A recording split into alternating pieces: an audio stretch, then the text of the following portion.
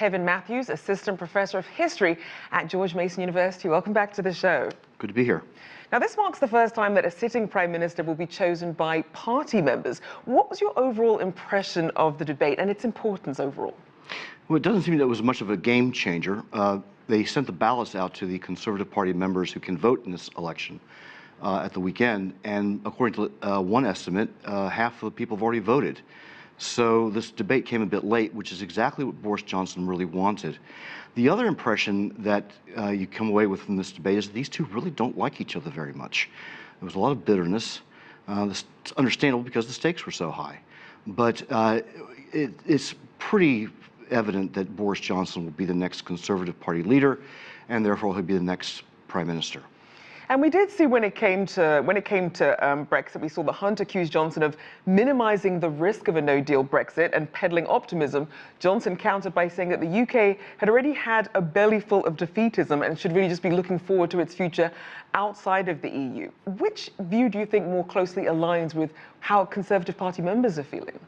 Well, Conservative Party members want a Brexit that they can't have.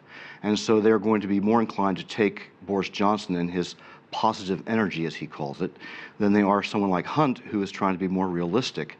Hunt has already conceded that it's unlikely that they will get a deal by the 31st of October. When you consider that the vote is not going to finish for this election until the 23rd of July, 2 days later, Parliament goes into recess for a month.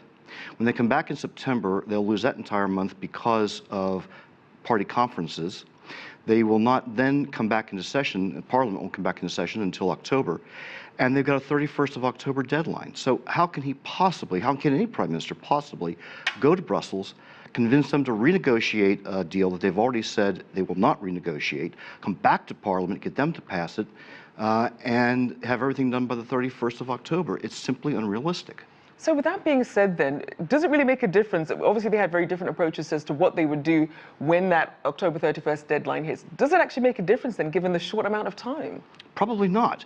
It is increasingly likely that Britain is going to crash out of the EU on the 31st of October, barring some miracle, barring some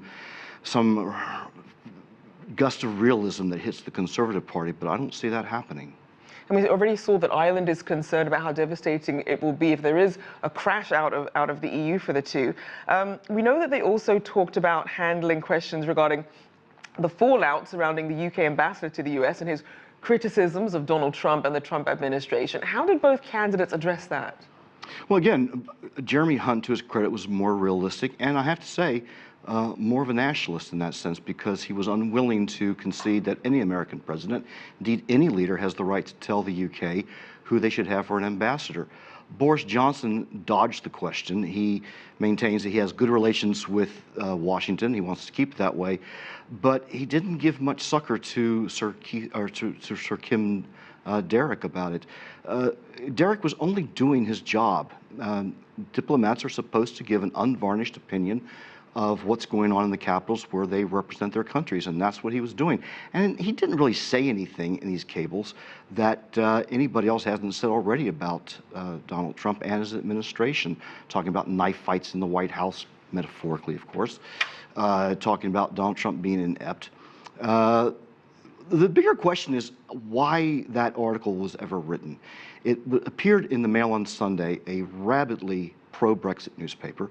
It was written by Isabel Oakeshott, who is equally hardcore Brexiter. And so the question is, why did this article appear when it did? Some speculate that it was a setup to force Sir Kim out of the ambassadorship early, so that the new Prime Minister, presumably Johnson, could bypass the Foreign Office and appoint a pro-business, pro-Brexit ambassador to Washington. If that was the case, though, it probably backfired, because if Johnson becomes Prime Minister, and if he tried to do something like that, it wouldn't make him look like Prime Minister, it would make him look like a colonial governor for Washington.